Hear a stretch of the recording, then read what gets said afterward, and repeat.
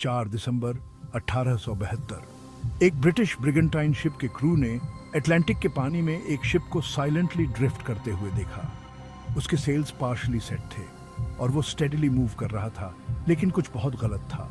ये एक merchant brigantine था जो न्यूयॉर्क से इटली के जेनुआ जाने के लिए निकला था।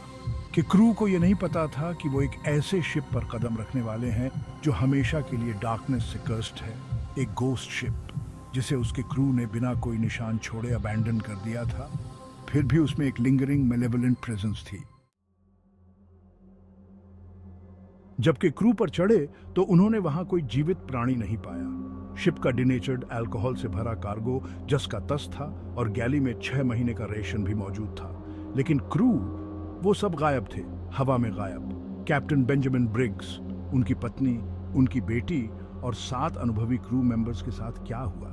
वो एक ऐसा जहाज जो अभी भी सीवर्दी था, उसे क्यों छोड़कर जाते? जवाब डर और खौफ की परतों के नीचे दबे हुए हैं जो शैडोज में फुसफुसाते हैं।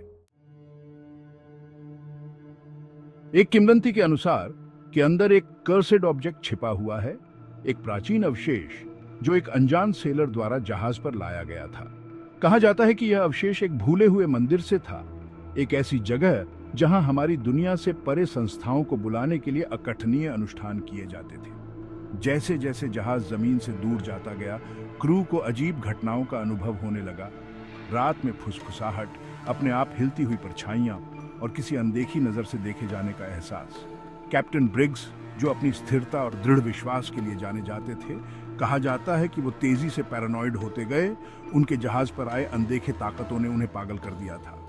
कुछ लोग कहते हैं कि क्रू को कर्स ने पागलपन के किनारे पर धकेल दिया था, जिससे वो जहाज को उसके डार्क पैसेंजर से छुटकारा पाने के लिए एक दूसरे पर टूट पड़े। लेकिन उन्होंने चाहे जो भी किया हो, वो प्रेजेंस वहीं रहा, हर गुजरते दिन के साथ और मजबूत होता गया। और फिर एक रात उस कर्स ने उन सभी को अपने चपेट में ले लिया। एक एक करके क्रू गायब हो गया, कुछ पागलपन की वजह से तो कुछ समुद्र में समा गए। अंत में केवल का खाली खोल रह गया, एक गोस्ट शिप के रूप में समुद्र में भटकने के लिए अभिशप्त, हमेशा के लिए उन आत्माओं द्वारा प्रेतवाधित जो उसने ग्रहण की थी।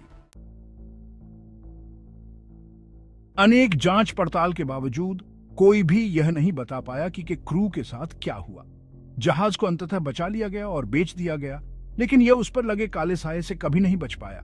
इसके नए मालिकों को दुर्भाग्य का सामना करना पड़ा और जहाज 1885 में हैती के तट पर जानबूझकर तोड़ दिया गया, इस दुनिया को उसके श्राप से मुक्त करने का एक अंतिम हताश प्रयास।